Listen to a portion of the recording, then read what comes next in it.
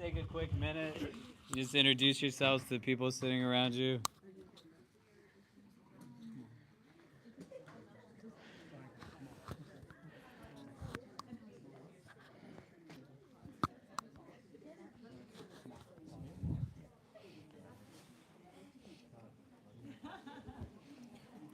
Is it on? Okay. Should we begin? Bismillah, Bismillah, walhamdulillah, wassalatu wassalam ala rasulillah, wa ala alihi wa sahbihi wa barak wa sallam. Assalamu alaikum wa rahmatullah. So people want to pull up the hadith. We're going to finish reading through that article that we've been looking at. But the hadith is hadith number 14 of the 40 hadith of Imam Nawawi. We've been looking at it for some time. And the paper that we've been looking at is on the Yaqeen Institute website. It's written by Dr. Jonathan Brown. It's entitled Stoning and Hand Cutting, Understanding the Hudud and the Sharia in Islam. So if you want to pull that up, you can just search Yaqeen and hand cutting, stoning, and it'll come up. There's an article and an infographic. So just while people are pulling those things up, hadith number 14, when we read it in just a minute, talks about 3 instances that the Prophet ﷺ outlines that are the exception to the rule that is around the sanctity of human life. And we've been looking at this article as a mechanism to be able to understand kind of principally how does the implementation of a capital punishment work? What are the criteria that go into it? The overarching framework in which one was looking at this in, if they met the requirements of being in an Islamic state with an Islamic court system and the prerequisite kind of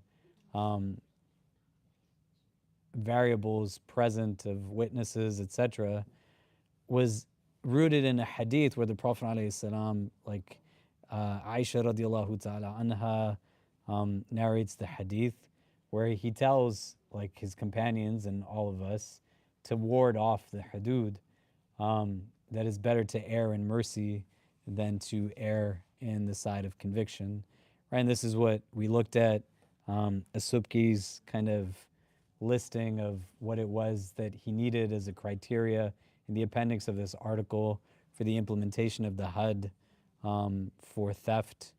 We talked about the sanctity of human life on a whole and how that's a prevailing ethic within our tradition, the maqasid of the Sharia, the objectives of Islamic law, and what the point of Sharia is, the increase in benefit and the reduce of detriment. It's not just a system that operates in a vacuum.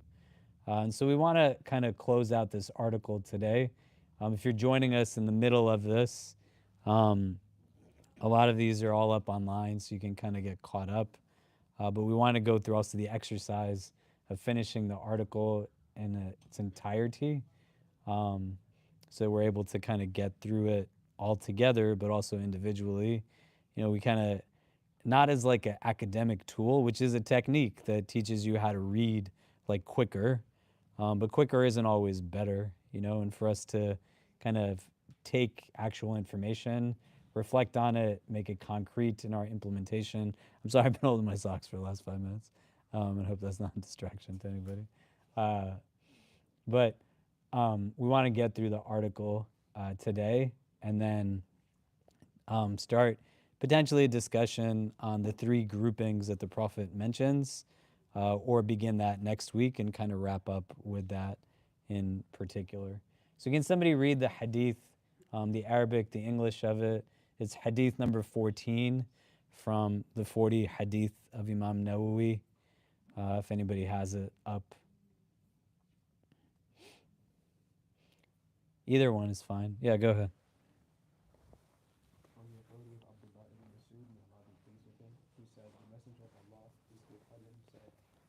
Permissible to spill the blood of a Muslim except in 3 instances: the married man who commits adultery, Allah is for life, and the one who forsakes his religion or separates from his community. Great.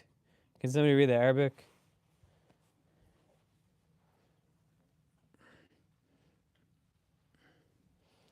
Will somebody read the Arabic? Go ahead, Saul. Yeah. ابن مسعود رضي الله عنه قال قال رسول الله صلى الله عليه وسلم لا يحل دم امرئ مسلم يشهد أن لا إله إلا الله وأن رسول الله عليه وأن رسول الله صلى الله عليه إلا بإحدى ثلاثة التائب زاني والنفس بالنفس والتارك لدينه المفارق للجماعة. Jazakallah khair. So, in the article,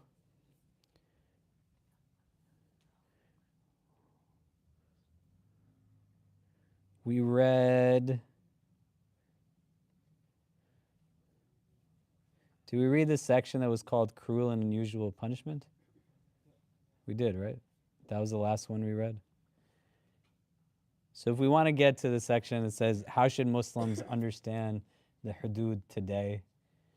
And then there's a last section that says, can we escape the controversy? But if people want to pull up the article, if you just check in, if the persons next to you don't have it, you can just show them what we're reading. Yeah.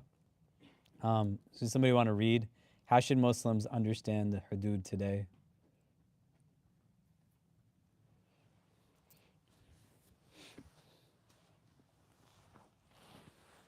Why don't people like reading? Yeah? Ron is the only person that reads. You want to read? Yeah, go ahead. So how should Muslims understand the hudud today? Today the hudud are relevant mostly in their absence from the legal stage. When they do appear, it's with great controversy, with the exception of few states like Nigeria, Sudan, Iran, and Saudi Arabia. The criminal laws of majority Muslim countries have been replaced by modified British or European imports. How do Muslims make sense of the hudud's absence? Can we justify it? Or, taking things one step further, can we justify not calling for their return? Muslim scholars have followed several tacks in negotiating these profound questions. In the mid-20th century, some argued that the hudud were abandoned because of the Western pressures during the colonial period, and that, if restored, the hudud would help mold more law-abiding and harmonious societies. Once reaffirmed, these scholars argued the punishments themselves would rarely ever be carried out. Others have more recently argued that a revival of the hudud would be inappropriate for the foreseeable future because our political and social environments make removing all ambiguities, shubuhat, systematically impossible. It's assumed that this situation is a result of colonialism and the globalization of Western values, but some scholars have argued that this has been the case for almost a millennium, hence the extraordinary rarity of the hudud being carried out. Taken to a higher level of detail, one Sharia argument for the hudud not being obligatory at present is that, like a person trying to perform ablutions on a missing limb, the locus of the ruling has vanished. According to this argument, whatever the motivation for Muslim states abandoning the hudud, their absence makes them irrelevant until someone decides to revive them. Another argument suggested by the Syrian jurist Sheikh Mustafa al-Zafar, died 1999, is that our current era is what the Mauritanian scholar Abdallah bin Bayy calls an age of crisis and necessity. Since in Islamic law necessity makes the prohibited permissible, Muslim states under foreign domination or other constraints are allowed to lapse in ways that would be otherwise not be allowed. Abdul bin Baya has made the interesting argument that he based on the Prophet, peace be upon him, prohibiting cutting of the hand of Muslim soldiers who stole while on campaign. Instead, the Prophet, peace be upon him, punished them with lashes or delayed the punishment until the need for a full fighting force had passed. Though Muslims are not literally in the land of the enemy, bin Bayat writes they anxiety, where many Muslims feel uncomfortable with the hudud's harsh physical punishment, it's as if the abode of Islam has been culturally conquered, with Muslims becoming allergic to their own rebel tradition. The most important point to note is that Muslim scholars have affirmed that what is essential for Muslims is to believe that the Sharia is ideal law and that the hudud are valid in theory. The actual implementation of the hudud comes at the discretion of the ruler/state and is not necessary for people to be Muslim. Okay. So in this section, what Dr. Brown is positing essentially is the abandonment or the absence, which are two different things, right? The absence of something doesn't denote the abandonment willfully of something, you know? And the presence of something doesn't also assume that there's coercion in that. There can be like willful engagement of it. Do you know what I mean? So you see this quite often when people are engaging, practicing Muslims, and their assumption is, well, you don't have to do this. Like, why do you dress this way? Why do you do that? You know, no one's forcing you to do it. And the whole idea is like, well, yes, no one's forcing us to do it. Like, we're all grown people in this room right now, right? If any of you decided to not pray Isha today, who could do anything to you? Do you see what I mean? Like, and for those of you who prayed, like, who knows, right? And it's not because somebody like made you do it. Do you see what I mean? And then there's some of us who, when we grow up, like we're engaging in whatever it is that we engage in terms of what we're socialized with. I spoke at a predominantly Albanian masjid. It's called the Albanian Islamic Center, right? And Kosovars, Albanians, Bosnians make up the majority of the congregation at this center, and it's like sister centers that exist around New York. Is anybody here Albanian or Bosnian or Kosovar? Solo, you are definitely not. Did you raise your hand? Yeah? What? You're like a 16th Albanian or something? Yeah, man. Great. Anybody? Is anybody? No. Is anybody familiar with like the complicated history that people have in Bosnia and Albania, right? There's like people go through real crazy stuff. Do you know what I mean? So the absence of certain things generationally, as you're dealing with like massacres and targeted killings and genocide, people purposefully trying to like just kill any continuity of like your lineage, certain things die out like literally. Do you know? You can go to some parts of the world right now and people have encased in plastic copies of the Mus'haf, the Quran, and they don't know what it is. And they're in a place where they are at the outcome of like conflict and violence against their people. And they'll say generations before us that were killed. Like we know that they had some deference towards this text. We just don't know what it is, right? And that's an important thing to understand principally, because sometimes people don't have practice absent from their life because they've willfully abandoned it. And it's one thing to assume that of the other versus assuming it of one's own self. Do you know? That by virtue of this thing not being present in my life, that means that I consciously and willfully like decided to not have it present. Do you get what I mean? Does that make sense? Right? So we want to nuance the difference between absence and abandonment and recognize what yields both. And what is happening here on an individual level, like on a micro level, on a macro level, the same things that impact us day to day, these different scenarios are being given kind of an insight into by saying, well, why did some countries leave this stuff behind, right? Like what impacted it, do you know? And so at the onset, when he's identifying places like Nigeria, Sudan, Iran, and Saudi Arabia as places where like the had is carried out, right? The hudud are happening. Well, these are like places too where the locale is governed by like a Muslim majority government that utilize Islam as a basis. They're not the only places that do this, though. Do you know? Like when I went to the Maldives in, I don't even know, a long time ago, when the Maldives was transitioning into a democracy, they had a lot of conflict between people who were like very culturally Maldivian and methodological approach to Islam that was very reductive and removed like the relationship between text and context.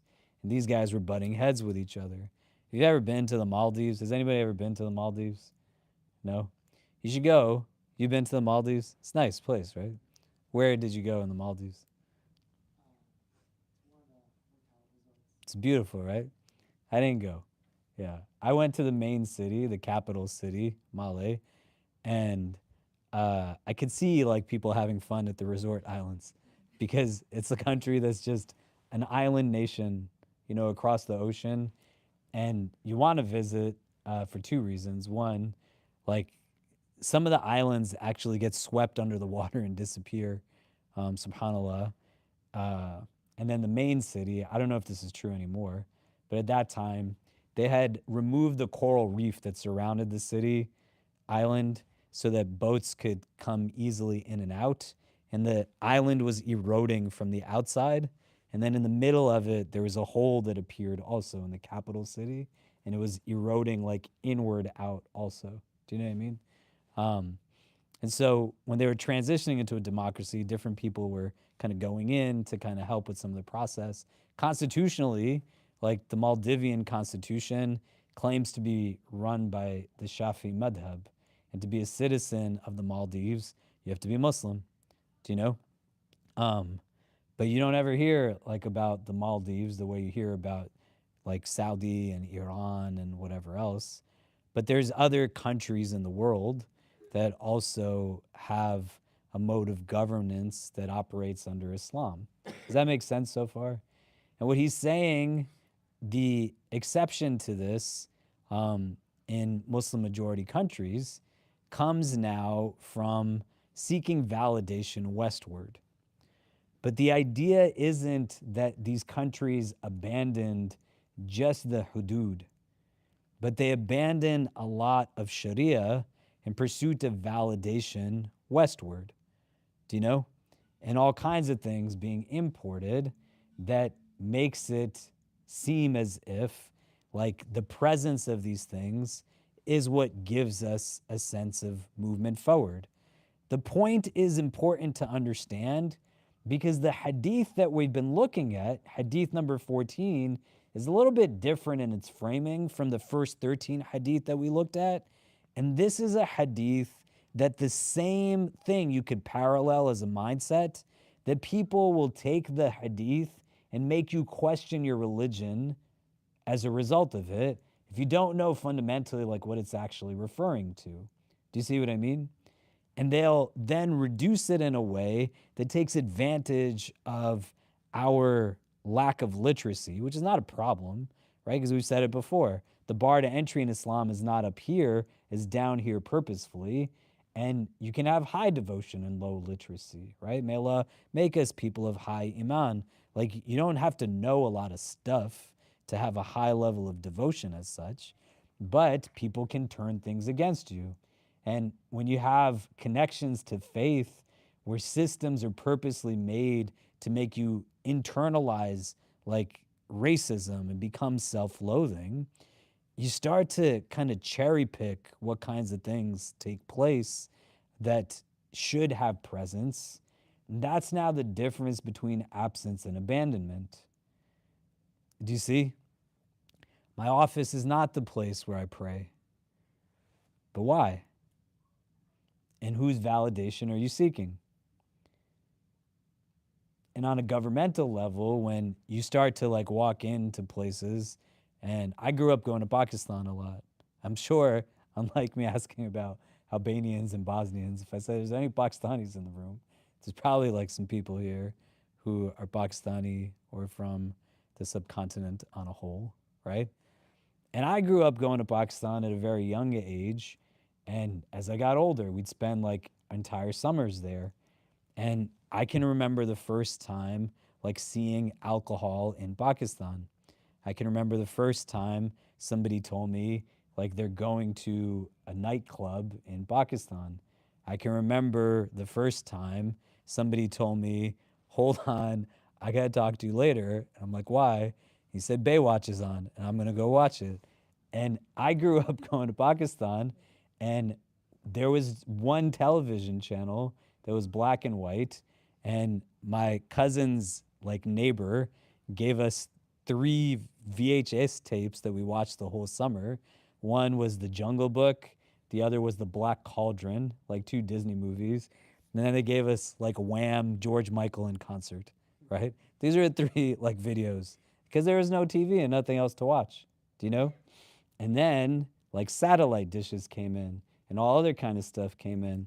And not to stereotype people, but like grown men in shalvar kameezes with big beards were saying, I gotta go watch Baywatch, right? Why? And you don't want to think about it in a way that is rooted just in what is most apparent. Think about it in the frame of what's being said here. Where's the validation coming from? Do you know? Like, where is this sense of self coming from? And now, not the absence or presence, but thinking about it from abandonment and coercion. You think the thoughts are the thoughts that you are thinking on your own, but in reality, this is what supremacist systems do. This is the idea of colonization. They are getting you to think the thoughts that they want you to think, and they think that your Islam should be something that you are not proud of. Any part of it should be something that you might struggle with, you might wrestle with, you might not even know how to explain it. But the minute they could start creating doubt in your mind is the minute that they have you, and the vulnerability to it starts to now transition from the absence of something to the purposeful abandonment of it. Do you see what I mean? And in bucket number 1, the criminal laws of majority Muslim countries have been replaced by modified British or European imports, right? And that's what these guys are doing all over the world. They're going every place and telling everybody who you are is backwards, other than if you are what it is that we are and what we think you should be. Do you see what I mean? Does this make sense? So what I'd like for us to do is just take a minute, just so we can kind of get started talking to each other. What are you taking away from that so far? What is it bringing up for you? And then we'll come back and discuss. But go ahead.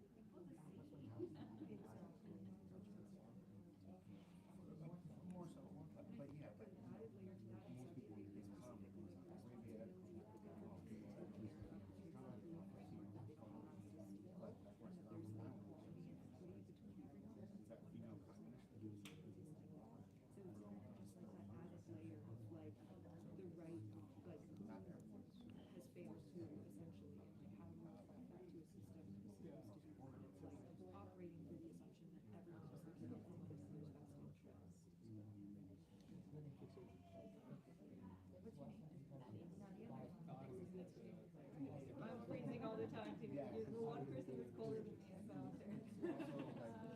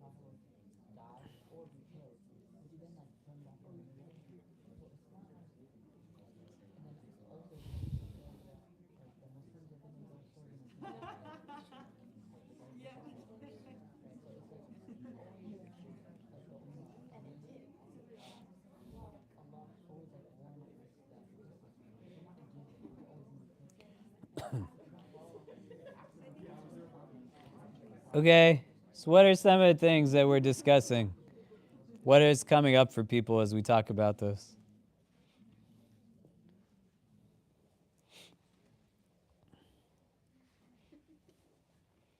What do we discuss? Yeah. I think we were just discussing based on what we were talking about as like it's important for everyone, including Westerners, but also including ourselves, to derive our understandings and impressions of Islam not from seemingly Muslims, but from their like original sources, like the Quran and the Sunnah. Because oftentimes Muslims themselves, even us, like we're just bad representations of Islam, and I guess that's nobody's fault but ours. But if we really want to have like a good understanding of Islam, of the Sharia, of all these different things, it's not fair to look at the way some governments implement them or the way some Muslims practice it, because then of course you're not taking into account all the flaws that people have. And I think this is like a big problem, and part of the reason why Islam's image is so bad is because like we're just not really good Muslims. I think it's like really important for us to actively work to resolve this and work towards showing Islam this true light, because really it's no one's fault but ours. I feel. Okay. Other thoughts? What else do we discuss? Because this becomes a big thing, right? Like when you live in a system of anti-blackness, it's going to make you constantly question yourself, And you get to a place where this is where like religion is allowed and here's where it's not. This is where religion informs your identity, here's where it doesn't. When you call Islam a deen, right? It's like that's what it is. It's an entire way of life. It's a philosophy on life. There's going to be a lot of accountability rooted in personal choices and decision making, but understanding that the gross majority of us are not going to ever be in a place where we even are confronted with having to know how to implement a HUD punishment. Do you know? But the end sentence that he has in this section is important. The most important point to note is that Muslim scholars have affirmed that what is essential for Muslims is to believe that the Sharia is ideal law and that the hudud are valid in theory. The actual implementation of the hudud comes at the discretion of the ruler state and is not necessary for people to be Muslim, right? But if you get to a place where you draw principally from it, why it's important for us to understand the distinction between absence and abandonment and what is influencing the level of our commitment, not just to practice, right? But also why that becomes the curriculum that we are engaged with consistently, that tells us like the do's and don'ts and the how-tos, but beyond just like the how-to and what, you have like questions of why that get answered a lot in Islamic texts. You know, why were we made? Why were we created? And who taught you that? If all you got was like the how-tos of prayers, right? The what to do, like when you're traveling in prayer and this and that. But like, where's the answers to the whys that then enable us to build a relationship with like the spirit of the law and the ethics that come behind it? Because it's a lot easier to forego an external when it's only about the external and to not feel a sense of validation through it, but to see it as something that's either negligible or something I could cut off in certain modes of existence. Do you know what I mean?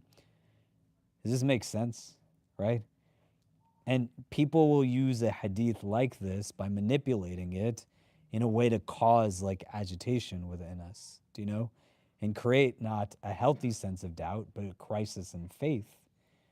And that's the consequence of not knowing, like, where do I seek my validation from? And why do I seek that validation to begin with? Do you know? We can reframe it in different ways. Why do you think like certain things are beautiful and other things are not? What created in your mind like what is beautiful and what is not beautiful? If we had this set up, I'd show you a video I show to a lot of classes I teach on leadership at NYU. You can go home and look it up. It's called the doll test. And if you've ever seen it, they take like black, brown, and white kids, who are like 6 years and younger, maybe 8 years and younger, and show them a series of images where there's a gradual change from white to black, probably like 8 different hues of color that go on a spectrum, or they'll put actual dolls in front of the kids that are these colors, and then they'll ask them questions like, which doll is the pretty doll? Which one is the ugly doll? Which one is the smart doll? Which one is the dumb doll? And the gross majority are citing the black, darker skinned dolls with the negative traits and the lighter, white skinned dolls with the positive traits. Why? Why do I see things in this way? And that's what's happening here. An abandonment of religious ideals and identity. So when you go to a country that's a Muslim country and they're serving pork, or they're selling alcohol, or there's rampant prostitution, or there's all kinds of things that are present, and you ask yourself, like, well, why is that happening? A part of the basis is, like, you lost your sense of Islamic identity, but purposefully, people got you to a place to make you willing to abandon it generationally. Do you see what I mean? So he's not saying here, like, the course of action is let's return to the implementation of the hudud, right? we're going to have slogans and say the revival of the Muslim world is that we go back to like HUD punishments. That's not what's being said at all. What he's saying is the way you accept everything that goes into Islam as like the way that makes sense, its implementation is not what gives it validation. This is a part of religion that we accept because Allah is the one that determined that this would be the way that these things go. And Allah's messenger would say that that's what it is. And our sense of validation doesn't stem from those sources. It stems from other places. Do you see what I mean? And that's what's happening at governmental levels, and that's what's happening on like individual levels. We want to disrupt that mindset so that I don't have anxiety. I can still be cautious, and be smart. Like, I don't want to stand in hostile places and try to figure out like how to do things. I work in the best of my capacities. So there are places you could go, and if you are X, Y, or Z, when I went to do relief work with the Rohingya, they wouldn't let me cross the border into Myanmar because they were torching anything at the border that looked or had any relation to Islam. They were literally burning it. And there wasn't a refugee I met who couldn't tell me they hadn't seen loved ones burned alive in front of their eyes. Anwar Khan, who was the president of Islamic Relief at that time, didn't let volunteers or staff members or anybody go into Myanmar where there were internally displaced refugees in their country. But he went and he shaved his beard off and removed any outward manifestation of religion so that he could go with the goods and get it to the people in need. He was a good Muslim, not because he looked Muslim, but because he did not look Muslim. But there's like a sense of consciousness to that decision. Do you see what I mean? Versus, I don't dress the way I dress because I think this is good. I dress the way that I dress because Allah and His Messenger have said this is good. That's the ideal, or at least I struggle with it. I would say like that's the ideal. But what supremacist systems want me to believe is that I'm choosing a version of beauty, but in reality, I'm becoming submissive to their standard of what is good. Do you see what I mean? And in an anti-black system, we're not going to ever be on that end of the spectrum that is like the default in whiteness. Do you get what I mean? Even if like your wife, I was in an Uber with my kids and my wife the other day. They were trying to get to Port Authority to catch a bus at 7 a.m. on Thanksgiving. I don't know how many of you were here over the Thanksgiving break. I was here, and we were supposed to have friends come over to see us from Virginia, and they couldn't make it because they had gotten kittens, and they couldn't leave the kittens at home, So my wife and kids then went to see them, and I had to be here for Jummah, so I didn't go.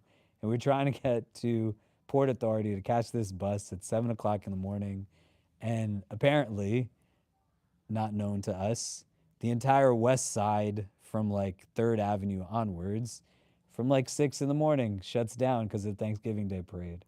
So we got in an Uber and went from our place on 23rd Street and drove all the way up to 59th Street, and nobody would let us cross over. And then we had to come back. We missed that bus and had to get on a train. And it worked out. They got to where they needed to get to. But our Uber driver was a Bengali guy. He was super nice. And at one point I said to my kids, Inshallah, and he was like, you said Inshallah. And I was like, yes, I did. He was like, are you Muslim? I was like, yeah. He was like, are you sure? And I was like, I think so, man. Right? I'm pretty sure. And he was like, you don't look Muslim. And I was like, okay. And he was like, you look like a white boy. And I was like, no, I'm telling you, I'm Muslim, But that's not like what it is. It's not even about being white passing. If I shaved off my beard and removed my kufi, I would just blend in. But you lose certain elements of privilege when your religion is racialized the way Islam is racialized. And if you're not in a place where you sit and reflect on, am I doing what I'm doing willfully? Or am I doing it in a place where it now opens the door for not the absence of something, but the abandonment of something? I could struggle with it, but I still want to be conscious in my struggle. Do you know? Versus just becoming submissive to a system that it seeks to like conquer my entire identity and way of being. Do you get what I mean? Does that make sense? And it's an important thing to think about because you have to like buy into the idea that you're beautiful and your state of beauty isn't conditioned upon people who like exactly what? Like they think it's okay for people to die because they don't have adequate health care coverage. They lock up children in cages at borders. You know how many migrants there are that are still sleeping in the streets of New York? Do you know what I mean? Like, why are you trying to get validation from these systems? Do you know? And if you've ever been to a Muslim majority country and you've walked through and the first time you have a jarring experience that like there is pork being served, there is alcohol being sold, and not even in hidden ways, like it's just there, and there's justifications being made.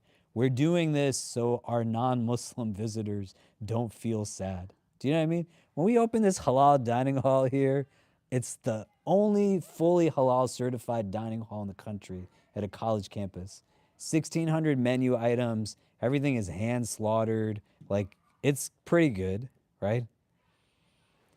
When we were trying to get it set up, I was sitting with people who worked with the previous dining service provider here, Aramark. They're not the current dining service. And every which way that they wanted to say that this is not a good idea, they put it out. And in one conversation, they said to me, well, students will be sad if they can't eat the pork that they love, right? I'm like, nobody's gonna be sad. They walk into a place, there's 14 other dining halls that they could go get some swine, right? Why do they need to have it here? And there's gonna be beef bacon and turkey. They're not even gonna know like what they're eating, right? But my needs should always be catered to, even if you have to let go of who you are. And then people dole out this idea that, well, we gave you 10% of your rights, be grateful. And I'm supposed to say thank you for you giving to me what was entitled to me in the first place. And that's what we want to break out of as a mindset, not in a way that also becomes devoid of compassion and love and mercy that are ethics of our religion. But it's hard to do that outwardly when the system makes you hate yourself. And I would invite you like to sit at home and reflect, and actually reflect, don't self-deprecate. Am I doing what I'm doing because if I didn't do it this way, that I wouldn't feel the validation of people who only accept me when I become that which I'm not? And is that really the motivation that I want to have? Do you know what I mean? And you don't want to be in a place where you can yield, and it's an empowering yield that says, I don't know why the prophet said this, but I don't need to know it in order for it to still be true. The challenge isn't that it has irrationality. The challenge is in my capacity to comprehend.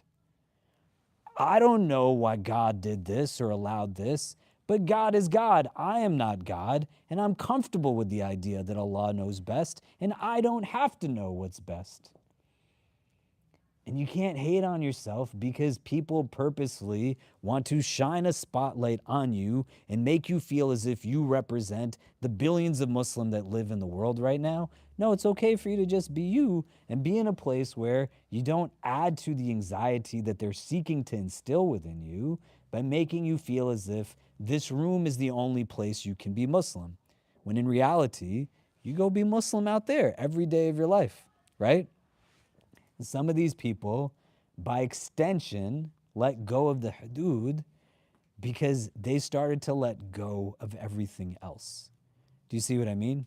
and it creates a gradual progression in a certain way. And its implementation wasn't even the challenge, because we read the part of the article that said 5 centuries of Ottoman experience yielded 1 had punishment, right? The goal wasn't that you implement it, but you don't feel embarrassed by it. Do you get what I mean? You don't feel like you're inadequate as a result of it being present. Yeah.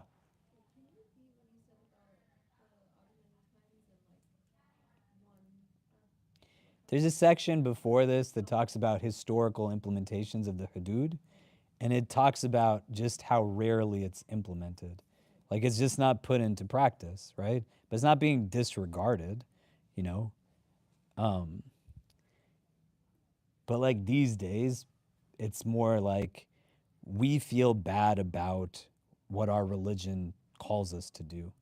Do you know what I mean? And that's like what you want to squash, because if shaitan gets you there, like he gets you there. Do you know? Does that make sense? And so as he's going through this and how we understand it today, like it shouldn't really be implemented easily today. You know, and there's like Allah's wisdom and divine timing as things move forward and the progression. People are like, well, we're like these Muslim countries and this and that, whatever.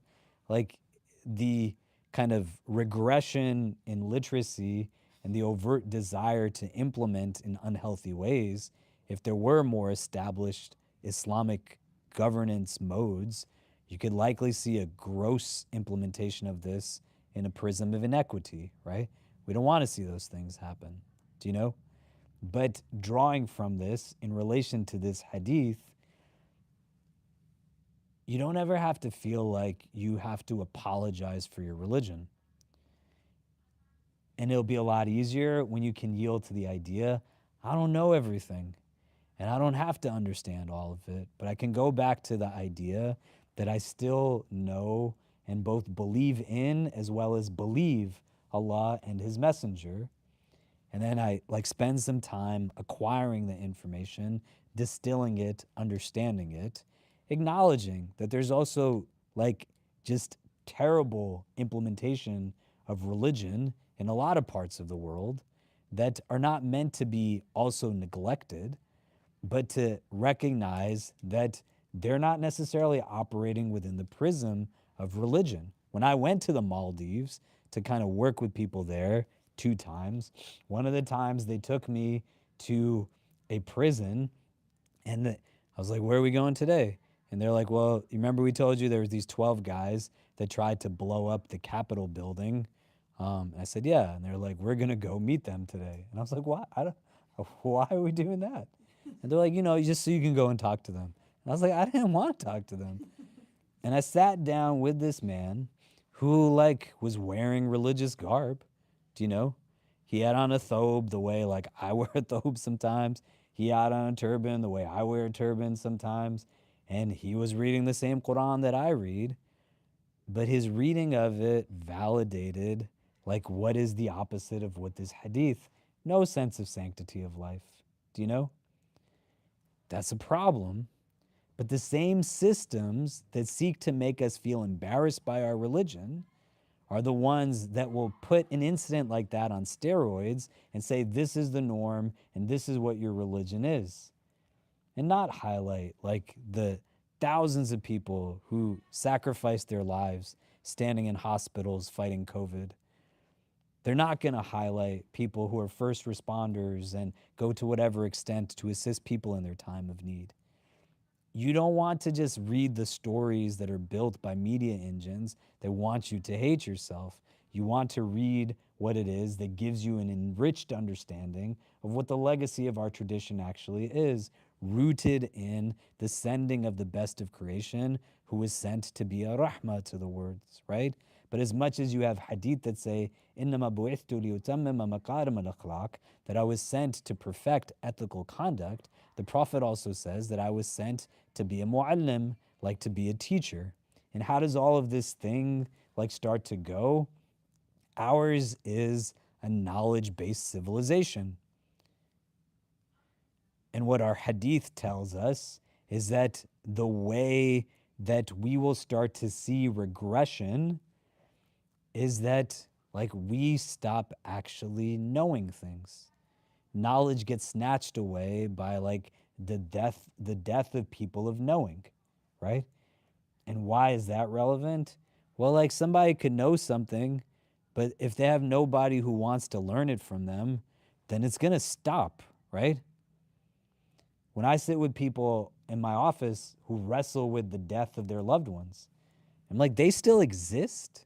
Your grief is real, but it's just love trying to learn how to be in a different format. Do you know? And they're like, well, what's happening to my loved one? Where are they now? Are they okay? And it's like the answers give you contentment. Knowledge gives you contentment. And when there's a lack of knowledge and ignorance that's not pejorative, but it's a sense of an absence of information, you can't find the solace that you can only find from knowing by not knowing. And how do you get to the absence of information? Through like the abandonment of seeking knowledge to begin with. And there's an overt push to just know certain things, but because it's not transactional or lucrative, and there's not an emphasis on the inner state, we don't learn Islam the way we learn other stuff. And then people use that against us in these ways. And so when these people sit with me and they're like, well, what can I do for my loved one? Now I know that they still exist. It's like, well, one of the things that the Prophet says benefits somebody after they part is beneficial knowledge that they left behind. So somebody taught you something, you give life to that knowledge by acting on it, and then you're bringing benefit to them and you're giving continuity to the knowledge base. Do you see what I mean? Does that make sense? That's why like we sit and we read, do you know? And you should feel like excited and proud to read. And as an exercise, it's going to stick more in your head. I'll guarantee to you, Nirvana is going to know more about this article simply because she read it out loud to the rest of us. That's just how it works. I don't know why God made us like this, but that's how he made us. And that's why he says, like in the first revelation, like read. Iqra, read. Do you see what I mean? What does Shaitan give you? Devices that let you read outwardly, but they're mindless. Like the in part is not there. Do you see what I'm saying? And then he makes you scared to read. You know, this is a rant now, right? It's not to like go away from this, but this will be the last thing that I say. And I'm sorry, I don't usually do this, but like all of us are here in this room, right? Reading out loud, not the problem, right? I don't understand how it is that we stand in the room and like I have to like look for 5-6 minutes for somebody to call the adhan. I don't get it.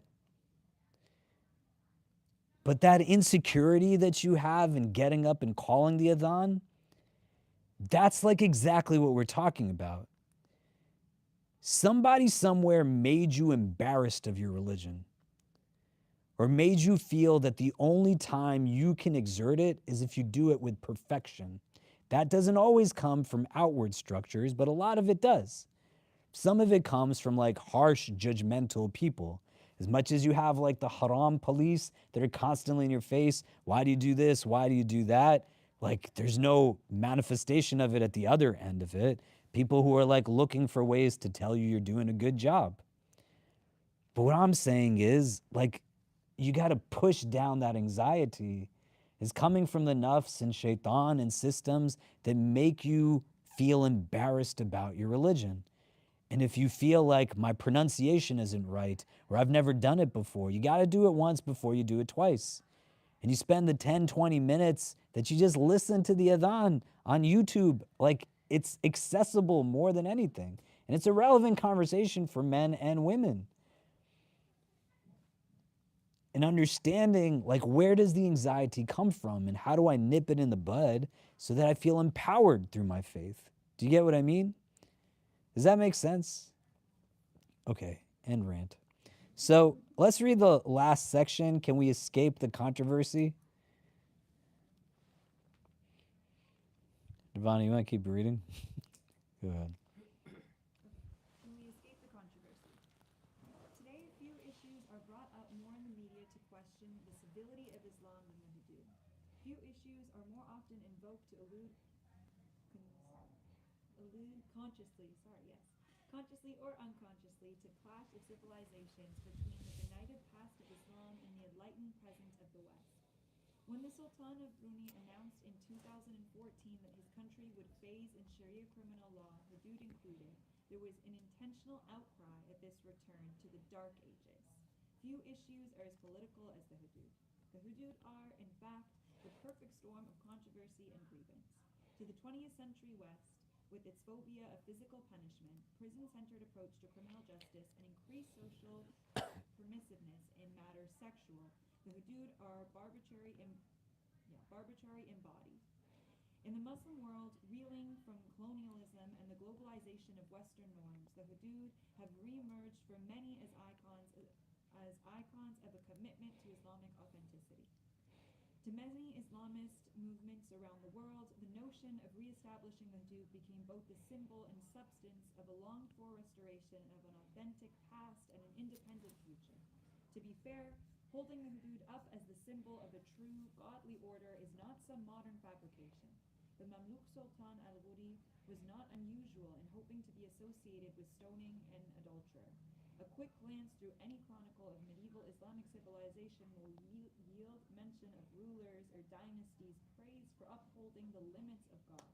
But, as we have seen, the hudud were really not much more than symbols of submission to the idea of God's law.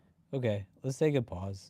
So when he's talking about a clash of civilizations, right?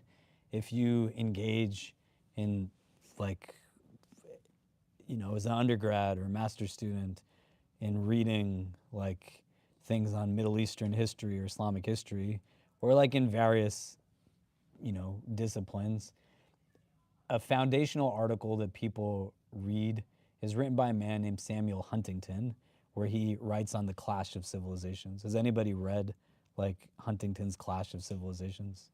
You've read it? Yeah, great, right? It's like a lot of like garbage stuff, do you know?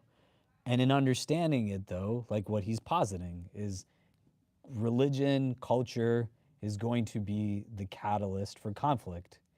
But it pits this idea of a Western world against like everything else, Christendom against Islam, do you know? And it becomes like a basis for which a lot of academic institutions in the West, they not only engage more broadly, but they're the ones that are also teaching Islam to people. If you look at the historical roots of colleges and universities, faculty were all white Protestant males. They're teaching every discipline.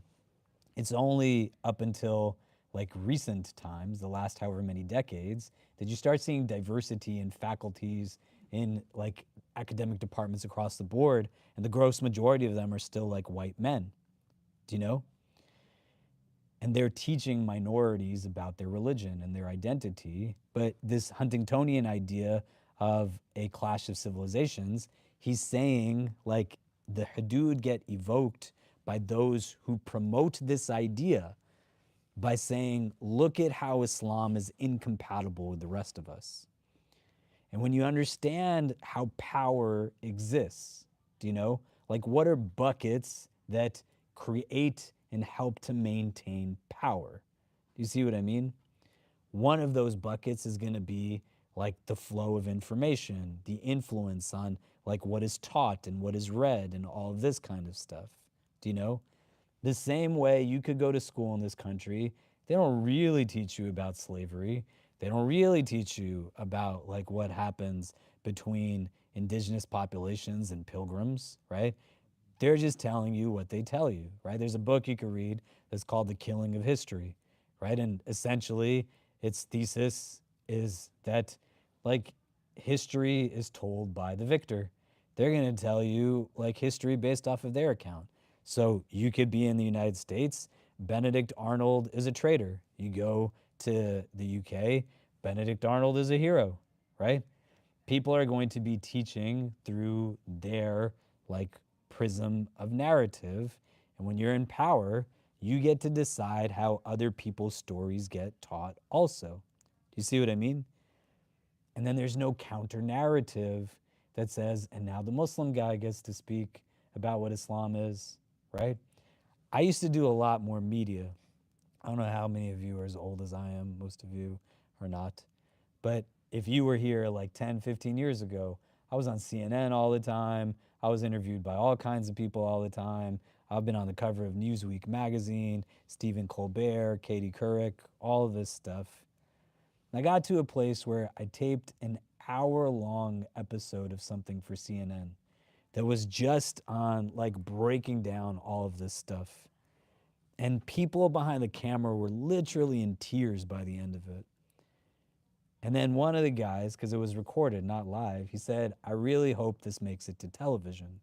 And I was like, what do you mean? You just took like 6 hours of my life. I don't know if any of you have ever been on TV before, right? But it is not enjoyable, like sitting, getting makeup put on your face, and then going home and your kids laughing at you because you're wearing makeup, right? And I'm like, why would this not go on TV, man? And he said, this isn't the story that like we're trying to tell right now. Do you know? And in my head, I'm like, do I want to continue to be a character in people's scripts that I'm just interchangeable? I used to write a lot of op-eds, and that was a little different because it allowed for me to put things in. If I had a long-form interview, then I was more able to ideate my own opinions. But it's very different from, can you make a comment on this, and you're one sentence and a blip of a soundbite? Do you know? And that's just me. I was like, other people can do this. I got other stuff that I want to do. But it's not the story that they're telling. And when we make absolute statements that like, we need more Muslims to do this, or we need more Muslims to do that, what's the basis of it? You want to be data-driven in strategies. Do you know? One thing, though, that can be a generalized statement that we can accept, we need more Muslims who are proud of their Islam. And to not feel that their Islam is a liability, but to feel that their Islam is an asset. And until you get to a place where you love yourself enough to love all parts of yourself, which includes your religious identity, you don't have to hide that from anybody. You don't have to shove it down people's throats. Do you know what I mean? But this is what he's saying here from a clash of civilizations standpoint, that this is like a foundational article that people who become experts in Middle Eastern, and they don't ever know stuff that they're talking about. I was in Sri Lanka. I was on the ground with some people from Department of Defense, people from like State Department and others, and they brought in an expert to talk about Islam. And they were defining words like Tabligh Jamaat and Salafi and whatever else to talk about populations we were going to meet on the ground. This person had a Middle Eastern Studies, Islamic Studies master's. And all these people are soaking in information because it's not their skill set. So I, can be a little bit more obnoxious than most people. So I was like, I'm sorry, but everything this person is telling you is just not what it is. And I said, words have definitions. These are not what these words mean. And if you go in with this understanding, like, you're going to be like flawed in what you actually are dealing with. And then I broke down like whatever I had capacity to break down. And they said, thank you, because we wouldn't know either way. And they were getting geared up to like have a hostile interaction. And we were working with internally displaced populations in Sri Lanka. These are people who don't even have food and water, right?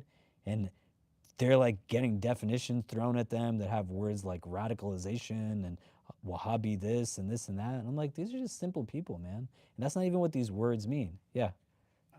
How did it feel for you when you were in the interfaith meeting with the Pope, and they had you also there? Yeah, it was nice. No, but like, felt like, you have the Pope, and then you have, other people, and then I guess you're their Muslim Islamic representative. How did you feel like there's more, a lot of weight on you, or? Uh, not like anything different. Like I get nervous even when I talk to you all right here, right? Because everything that I say, like, is literally being recorded. Do you know what I mean? But like the angels on my shoulders are recording it too. I'm gonna have to explain to Allah like why I did it in this way and that way. The Pope is a nice man. I think he's a nice man. I met him. We had a conversation. He's a nice guy, right? Like you gotta understand like this was a person who was encouraging his global community to take in Syrian refugees when people were turning the word refugee into a bad word in Europe. You know, he like washes the feet of homeless people. His Vatican recognized the statehood of Palestine. Do you see what I mean? Like those are very real things. It doesn't trickle down always, do you know? But also like you treat people based off of where they're coming from. This is hadith. Do you know what I'm saying? Like that's where ethics are situational.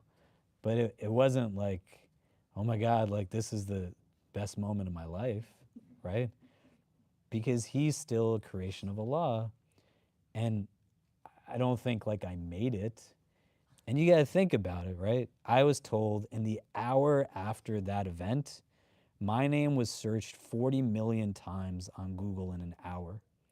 Do you know? And you might think, like, that's amazing. But I got to think, like, I got babies, I got kids, I have a community.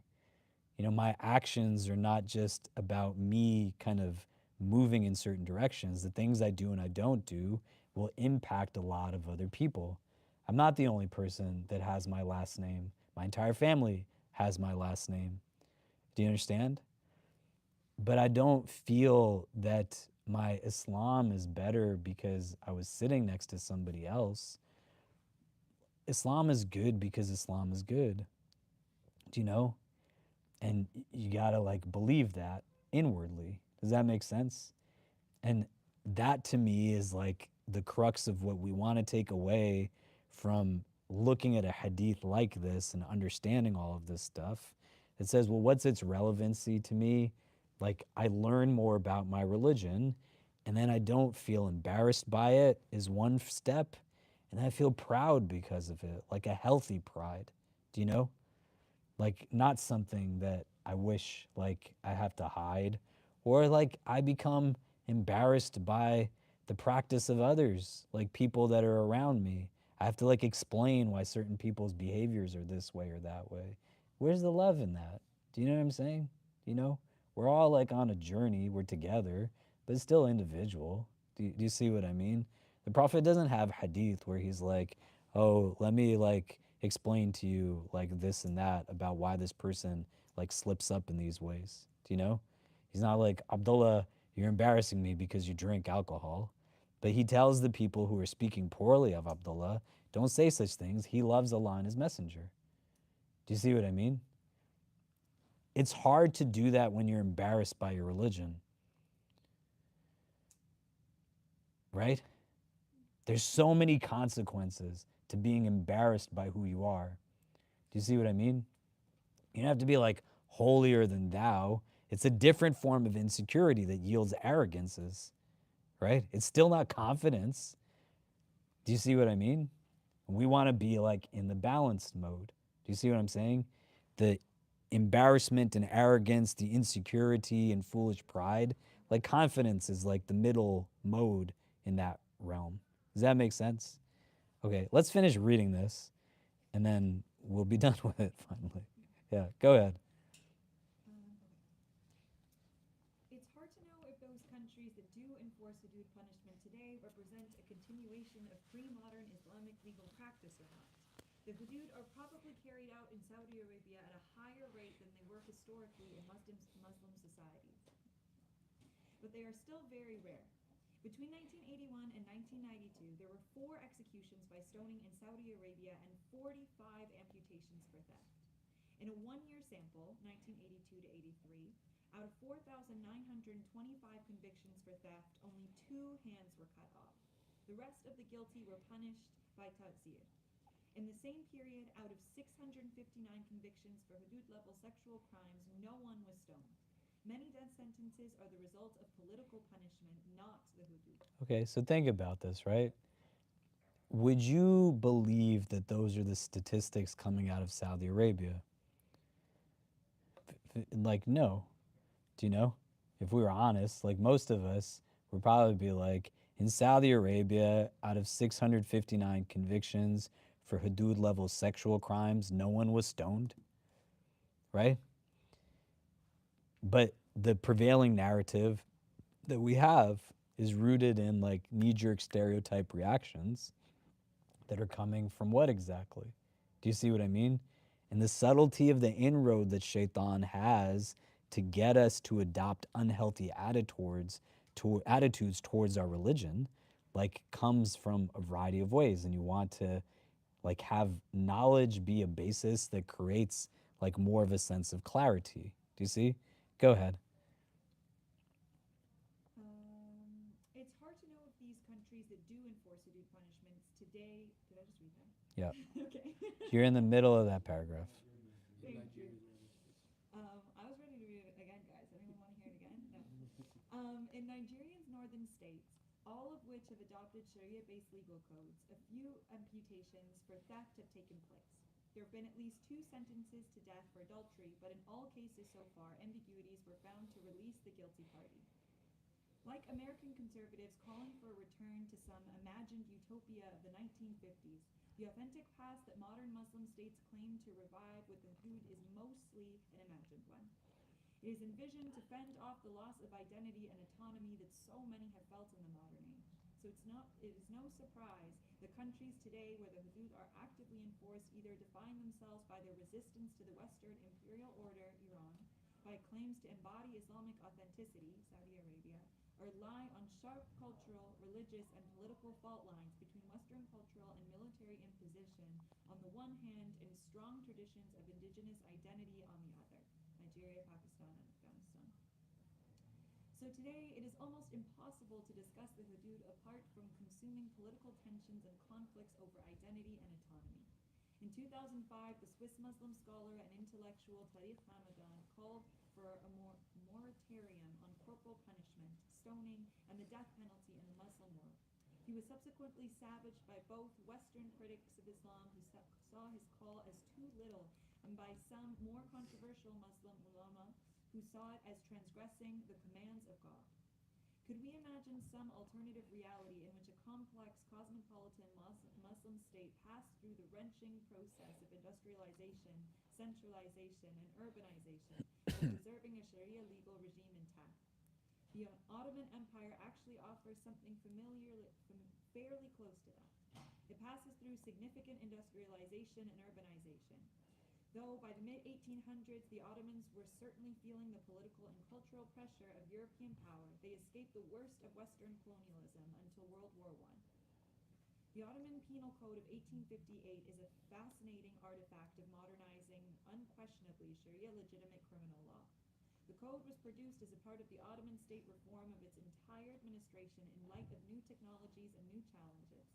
The 1858 Code was reformed the penal system by replacing existing punishments such as the bastinado with forced labor, prison fines, and exile.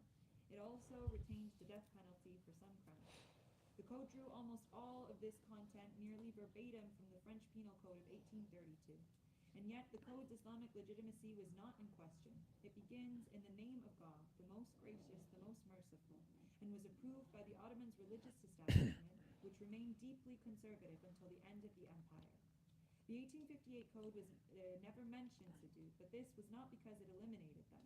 Rather, this was because the whole code explicitly limited itself to reform the ta'zir level of punishment. Since the hudud had not been an effective presence in legal application, replacing the ta'zir area was tantamount to overhauling the entirety of Ottoman criminal law. By not removing the hudud and instead leaving them in effective abeyance, the 1858 Code avoided assaulting a major symbol of Islamic legitimacy. The punishment it introduced were set by the French, but they were just as Islamic as the ones previously used by Ottoman judges, since ta'zir was a matter of desertion not specified in the Quran and Sunnah. Moreover, the first paragraph of the 1858 Code commits to not violating any rights of individuals under the Sharia, and it even retains people's rights to the qisas process in the case of homicide should they choose it. Yeah, so the qisas, like they're able to choose to have like the option of blood money in relation to some kind of homicidal experience, right? And this is a hadith we're going to look at. This is one we're looking at. The second bucket says like a life for a life. Do you know?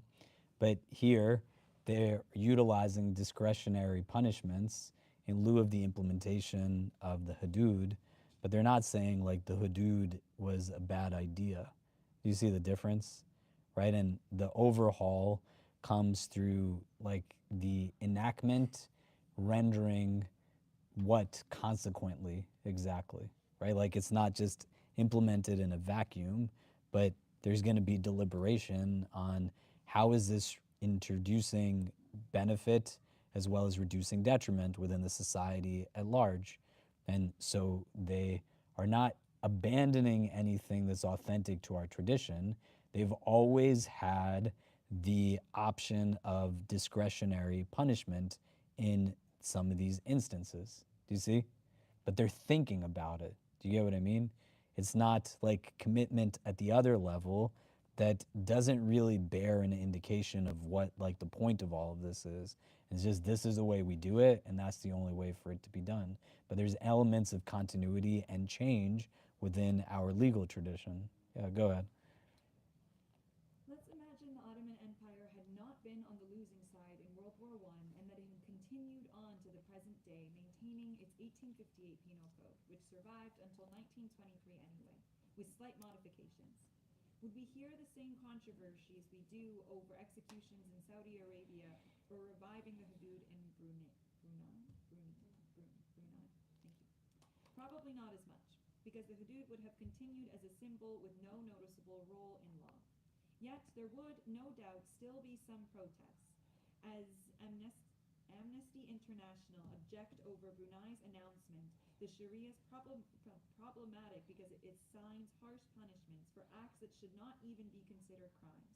The bottom line is that many modern objections to the Sharia in general and to the hudud in particular are not about specific punishments.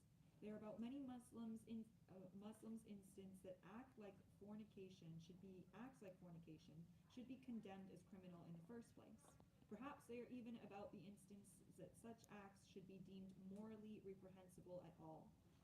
It's worth considering that the crimes human societies have judged the most acutely harmful, murder and rape, are not included among the agreed upon hudud crimes. Perhaps the hudud are not necessarily the most grievous crimes in terms of the toll they take on their victim or society. Fornication and hudud-level theft are offenses almost by definition done in private, as intoxication could be as well. They are done out of sight of all but God. Perhaps these stringent laws, which God's mercy has made almost impossible to apply, exist primarily to remind people of the enormity of the sins that they usually get away with. So the idea is what, right? That like someone would say, well, why is this for adultery versus rape? Well, like you want to have rape be something that's punishable, right? You don't want it to have like a stringent process that is necessary for there to then be consequences to the assailant. Do you see what I mean? Right? And that's where it's like understanding the particulars of it through a recognition of both its implementation as well as at a theoretical, like what do these words mean and how do these processes function? Do you know?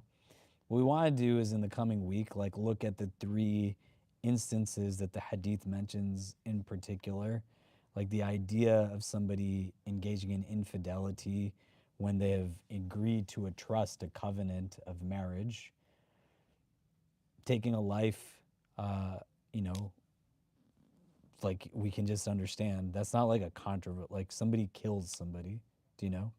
And then the third becomes tantamount more to like treason, that it's not just simply somebody left faith in general, but becomes by virtue of that now in a way where they become against kind of like the overall Muslim community in the way like anybody who engages in acts of treasons in kind of state type settings would be considered to be tantamount to a traitor in some capacity. Does that make sense?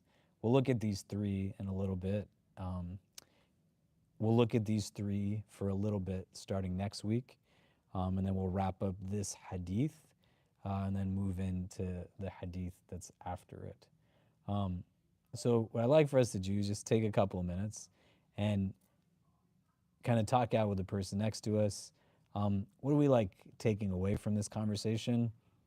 And in particular, because it's the crux of a lot of what we're discussing today, right? How do I like build a sense of validation through my religious identity? Do you get what I mean? Like, it's easy to say, like, go do this, but to have steps where I feel strength and empowerment through my relationship with Allah and Allah's messenger, you know? I want to, like you hear me say it all the time, I want to believe in a God that's watching over me, not just watching me. You know, I don't want to walk on eggshells and trepidation. I know, like, I've been brought up with haram and fard without being taught who God is. I know that nobody really taught me, like, what does rahma mean? You know, what does sabr mean? These words are not part of my lexicon other than when I recite them in short chapters of the Quran that I also only memorize rotely in a system of do's and don'ts, right? So how do I start to build a sense of pride through my religious identity? You know, what do I need to get out of the way? What do I need the presence of? And you start to think, like, where do I feel stronger in my sense of religion and my sense of, like, being Muslim? What are the environments that I feel weaker in? Do you know what I mean? Like, where do I feel like more of a sense of this is like what makes me me? Do you get the question, right? And so if we can turn to the person next to us, like, what gets in the way? What are the barriers to it? And what is it that enhances? But answering this question, like, generally, what are we taking away from today's conversation? And then secondly, like, how do I start to build a sense of pride and self-respect, dignity through the Islamic part of my identity? And we'll come back and discuss, and then we'll wrap up for today. But go ahead.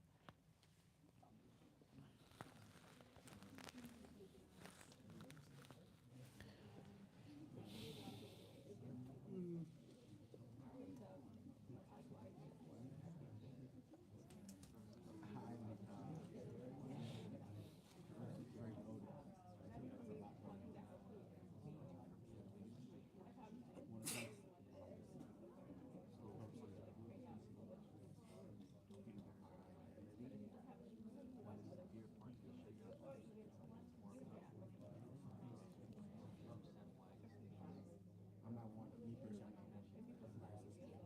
Trying to appeal, it's more my heart.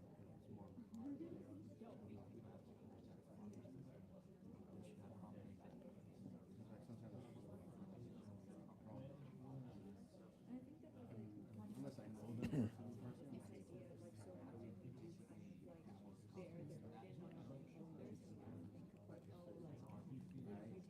person, but it's hard telling other people like even when we're wearing certain shirts, it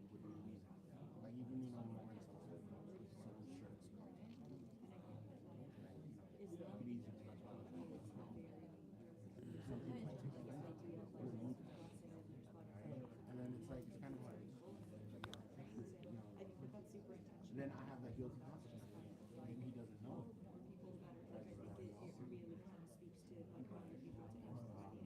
Even why it's difficult to know. Because we have so many before we are 2 feet this way, you're 2 feet that way. Something, you know, to distract you. It doesn't even have to. It could have been anywhere else.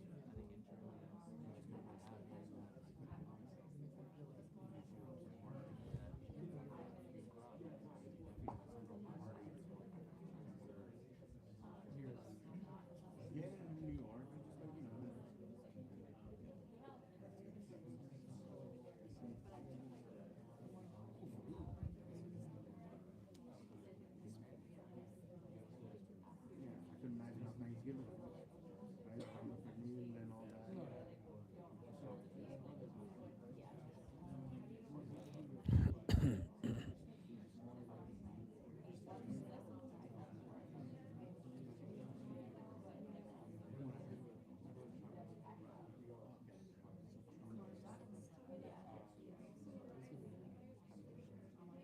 every student, there is a big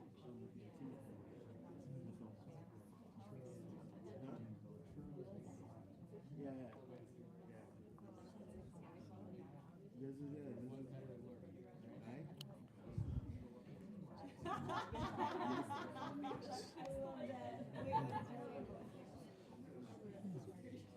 Send it to me. Or when did you start coming? Is it the calendar? I think there is an event. One, there's a lot of material.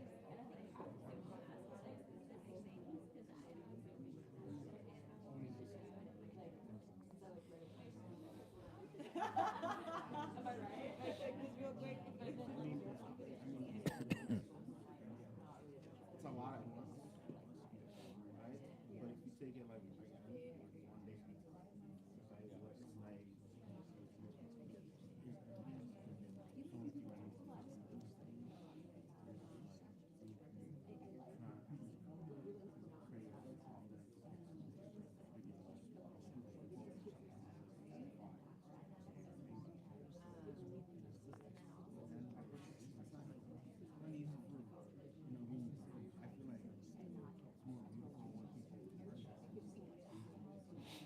than just being born and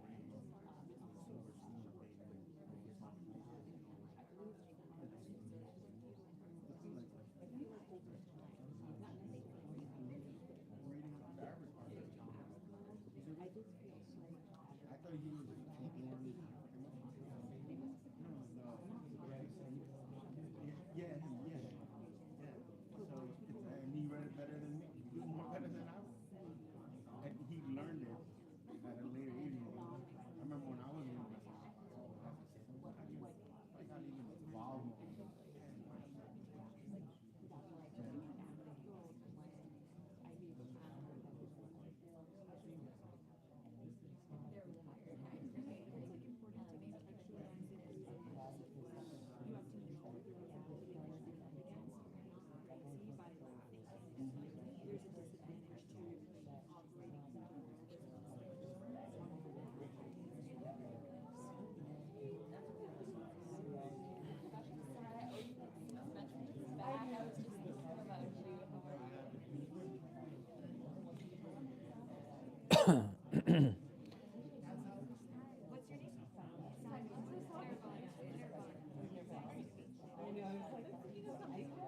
Yeah, I was thinking of something.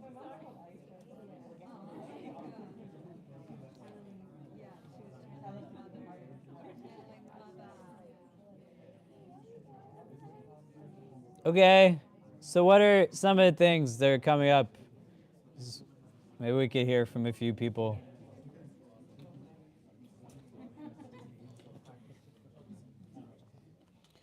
What are we discussing? Yeah. I think like getting more detailed about what environments you're part of is part of it, but we had a harder time getting to the crux of like what that looks like exactly. But I think I forget your name, but he mentioned that being more practicing, doing the more like being more practicing as a Muslim really helps, and the confidence really comes from like a byproduct from just practicing more outside of the 5 daily prayers. And I thought that was like a really good thing because it's yeah you don't have to sit and explain yourself to anyone. It really just is a manifestation of who you are. Like if it ever comes to a situation where you have to like, for example, like explain why the hudud exists or something like that or anything like that. So it's just like the confidence comes as a byproduct of being more practiced. That's just something that resonated. Okay. Other thoughts? Maybe like a better first question should be, how do you know you have confidence in something? Like, what does that look like? Huh? Pride. What does that mean? Like, there are certain things about the deen where I'm like, just like when I feel like something, I'm like, oh, I'm Muslim, like, thank God I'm Muslim, I don't have to deal with X, Y, Z. For me, I feel like those, I know that's not specific, but that is pride for me. It's knowing more too, right? Like the more I'm comfortable comfortable with something, do something, the more you know of it. If you're proud of something, like how does that impact behavior? Confidence. Huh? No, but we can't just use the same words to like back and forth. If you're proud of something, what do you do? Huh? You tell everyone about it. What else? You has your hand raised? I was gonna say you're like not afraid of embarrassment in whatever action you're gonna take. Like, Okay. there's an outcome, Yeah. It's like you're doing the right thing by practicing your religion because you believe your religion is the right path. Because everyone else, if they look at you, and they want you to be embarrassed. They should be the ones who are embarrassed, really. I'm not stupid. You're stupid. Yeah, that's what it is. Yeah. Go ahead. I guess if you're confident, like you don't care about what other people think. Like if I'm extremely confident in like about a fact that it's true, it's just irrelevant what other people think about it because it's true. Yeah, but how do you know? How do you know that you're confident? Yeah, like what are you confident in? Like what demonstrates you have confidence in something? What does that look like? Yeah. When it comes to like a second nature, when you don't feel like when you feel it's like something that's part of you like normal everyday lifestyle, and no matter what you don't think again about like excuses how people perceive it. So you just do it. Yeah. So go ahead. Yeah, just like I don't know, having unwavering faith, like even if somebody like starts trying to argue with you or like tell you you're wrong or make you feel bad, you know in your heart like what you're following is right, and it's also important to be surrounding yourself with people who are like-minded as well, because then like no matter what comes your way or who comes at you, you'll be like, okay, I'm not gonna take into account like if this person is trying to argue with me or disrespect me, I'm not gonna tolerate that. I'm gonna just I know what's right, and I know. Well, let's not think about it in that prism, right? Do any of you cook stuff? Yeah. What do you cook? I mean, What are you good at making? really, I mean, tacos. That's what I'm known for. Great. We love your tacos. My Right? burgers are good. Yeah. Like I said, confidence. It's But like- how do you know like you're I good know. at making a burger or a taco? Because I've done that task many times, so I'm confident. I might fail once or twice. It might not be as medium as you expect, but I know if I take 10 shots at it, I'm gonna get 9.5 right. Okay, so if you create like a process, do you understand? Process. So you keep once you're confident, you have more faith in taking those shots. How did the first taco you ever made in your life taste? Oh my god. Huh? Bad, right? Yeah, it's gross. But then you keep We didn't working have on to it. eat You it. keep working on it. You keep working on it Yeah. to the point of like you're confident in it, and it just becomes a way of life. Yeah, so yeah, like, I'm the taco maker, and that's what I am, right? But the whole idea, you can understand principally by not illustrating it first in your head by something that puts your back against the wall. Like, why is it hard for me to pray Dhuhr and Asr in my office place? Well, like, it's hard, man. Like, it's okay. You're gonna get to a place, but think about your capacity, right? If somebody tells me I can stay awake till 3 o'clock in the morning trying to cram for an exam or an interview, do you know? I have the ability to like fight for something. Like, I don't want this career. I want to marry this person. I'm gonna go head to head with my mom and dad about it. Aside from like the particulars of what it is that catalyzes it, you're demonstrating ability in that moment, right? So if I come to eat at your restaurant, you're gonna serve me something that you know somebody's gonna want to buy, right? And you have confidence in the product because you got to a certain point through like experience with the actual process. Do you see what I mean? And every time you do it, you get a little bit better at it. You get a little bit quicker at it. You can taste like something is this and that. I used to own a butcher down the street and had a restaurant there. I can eat meat and tell you like whether it was frozen or not, like what other kind of stuff is going on there. Some things I keep to myself because I don't want to freak people out, do you know? But you get to a place where you just build a certain expertise. Is expertise the same as confidence? No. Like, you want to have confidence that says when the first taco sucked, I'm going to still make the second taco. Do you see? And that's what people strip away from us. And this is why, like, you have all these verses that say, إِلَّا الَّذِينَ آمَنُوا وَعَمِلُوا الصَّالِحَاتِ, like iman and amal go hand in hand, conviction and belief and action. Not so just that action is indicative of belief, but action makes belief more concrete. And when you let go of it, things catch you off guard. And shaitan is strategic. This is Quran. He tells Allah, I'm waiting for them on the Sirat al-Mustaqim. You're asking Allah to guide you to Sirat al-Mustaqim, and shaitan says, I'm not waiting for them over there. I'm going to wait right on Sirat al-Mustaqim. He's going to get in your face. And what's he going to do? He's going to create doubt inside of you, right? Hopelessness. This is why he's Iblis. Ballasa is like hopelessness. Do you see what I mean? So how do you get up? And like you make taco number 2, and then you make taco number 3. How many tacos have you made and sold through your restaurant at this point, you would say, if you put a number on it? I mean, over probably 100,000. No, you've made so many more than that, Yeah, man. but We've eaten more than 100,000 tacos from your restaurant a year during iftar. Do you know, right? You can't get to that place. Like, no one is an expert until they are first a novice. You can't be a teacher without first being a student. Do you see what I mean? You got to start somewhere and then have aspirations that are not just the harnessing of a piece of paper you hang on a wall or a job title or a certain number of zeros on a check. You want to have aspiration that says, I'd like to be more confident. And I don't have to think about that in a prism that likely will not happen to most of us. You're not going to walk into your office tomorrow and they're going to be like, so Muhammad, tell me, like, what do you think about the hudud Allah, right? You'll be like, well, I don't know, right?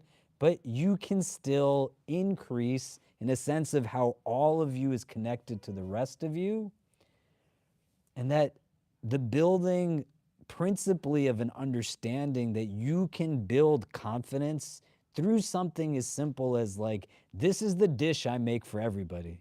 I don't know how to make anything else, but this is the one that I know I'm going to be great at. And I have confidence in that. Something took place to get me to the place that I know I'm comfortable serving this to the guests that come to my house. Do you see what I mean?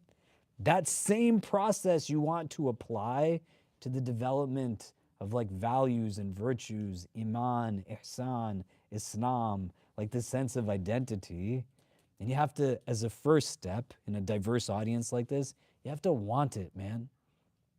You have to want to have a sense of self-esteem that you understand through prisms, how I see myself, and then in turn, how I treat myself through how I see myself.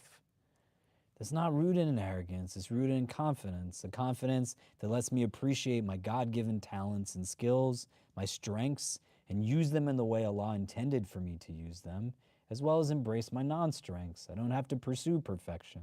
Do you know? I'm going to slip up. I'm going to make mistakes. It'll make me more tolerable of other people's mistakes. Why is the Prophet kind to people?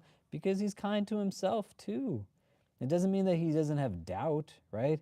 If you come to the Sirah class, we talk about this a lot. Do you know?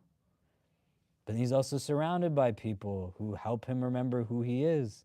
If you're surrounded constantly by people who adopt a Huntingtonian sense of clash of civilizations, whether they like admit it or not, they're constantly making you feel like you have to leave your identity at the door, right? You're going to then be in a place where there's not arrogance, but there's also not confidence. There's just insecurity and it's heightened. So you come and you sit and you be around people that help to elevate for yourself, right? The Prophet ﷺ has the people that he can go and turn to when he's like not knowing what is going on. Do you see what I mean? Those are all conscious decisions. Do you get what I'm saying? Just think about it, right?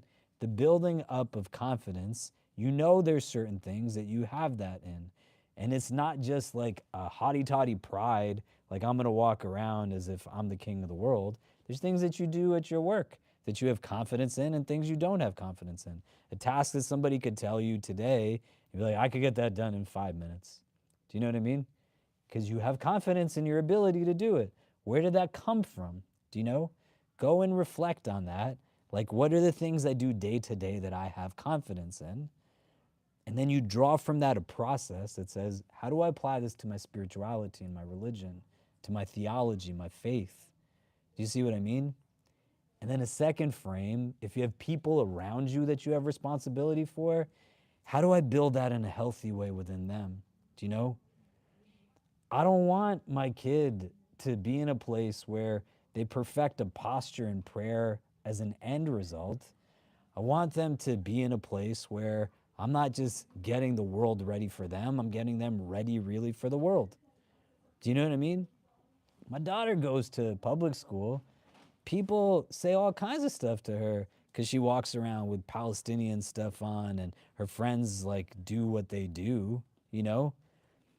But she doesn't come home like pushed down, right? May Allah increase her in her sense of like healthy confidence. Do you know what I mean?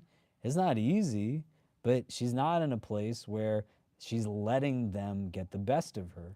Do you see what I mean? Right? And that's what we want to avoid, do you know? And that's where this last paragraph in this, article, the second to last section, I think is important. I closed it. But like the idea is like you are comfortable with like Allah's religion on a whole, the parts you understand and the parts you don't. Do you know what I mean? And you're comfortable with the idea that like if it don't make sense to me, then the challenge is in my capacity of comprehension, not in like what Allah has ordained or ordered. Does that make sense? And the ego in an egocentric society is very real and is going to get in the way, and the nafs is going to get in the way, and shaitan's going to get in the way. And it's going to be like, well, it doesn't make sense to me, then it must not make sense. Do you know? And that's not a prophetic tradition. That's like the sunnah of supremacy, right? And we don't follow that sunnah. We follow the sunnah of the best of creation, alayhi salam. Does that make sense? So between this week, next week, go home, pull out a journal. What are like tasks that I do that I have confidence in? What are things that I can say if someone asks me to do, I know I can confidently achieve them, right? Just like you can make a taco and you make like a great burger. It might not be as medium as we want it to be, guys, right? But still a good burger. Do you know what I mean? How do you get to a place where that comes across and it doesn't sound like you're full of yourself? You just know that it's true. And then there's deep faith and trust, like actual yaqeen in this. And then you start to say, I want that in the way I relate to my faith. Does that make sense? Okay. So a couple of things before we wrap up for today. I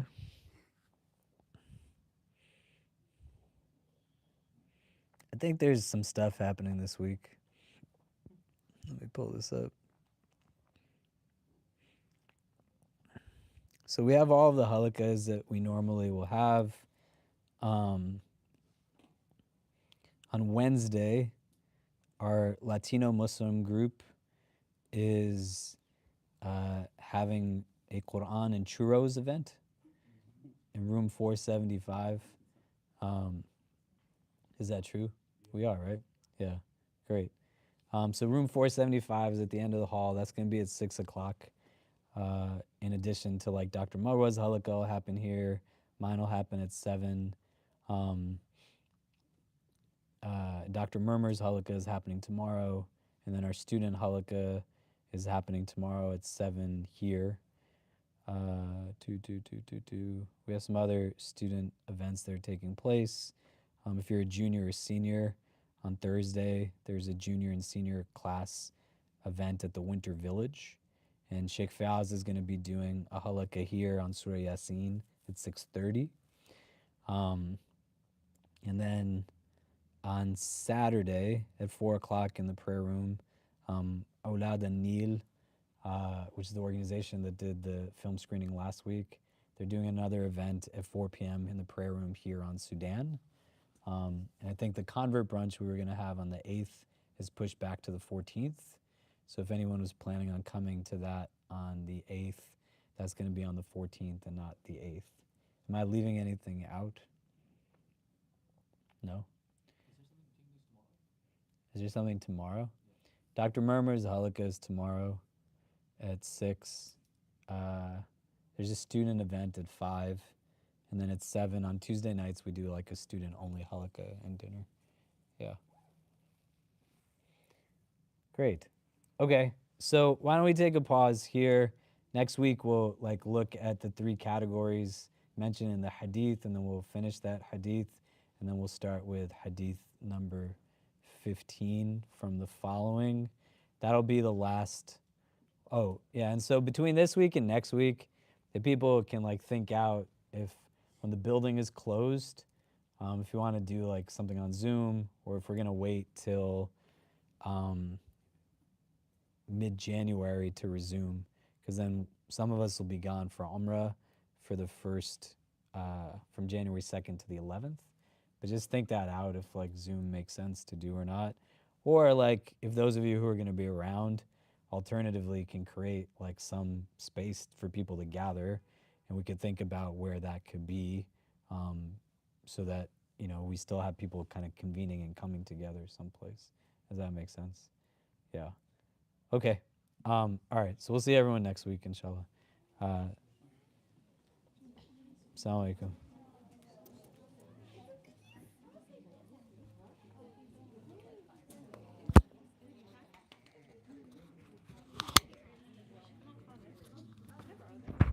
Yeah, go ahead.